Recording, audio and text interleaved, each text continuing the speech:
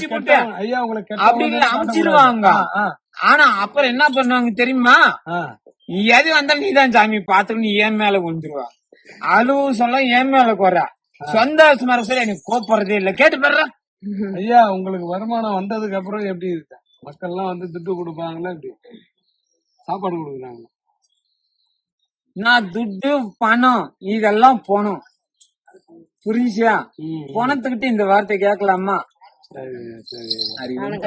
வெற்றியும் உண்டாகட்டும். போய் சாமி கும்பிட்டப்போ இந்த வா, சும்மா சுத்தாதீங்களா? மேல போயிட்டு வியாபாரம் பண்ணி கொடுக்குறாரு ஐயா.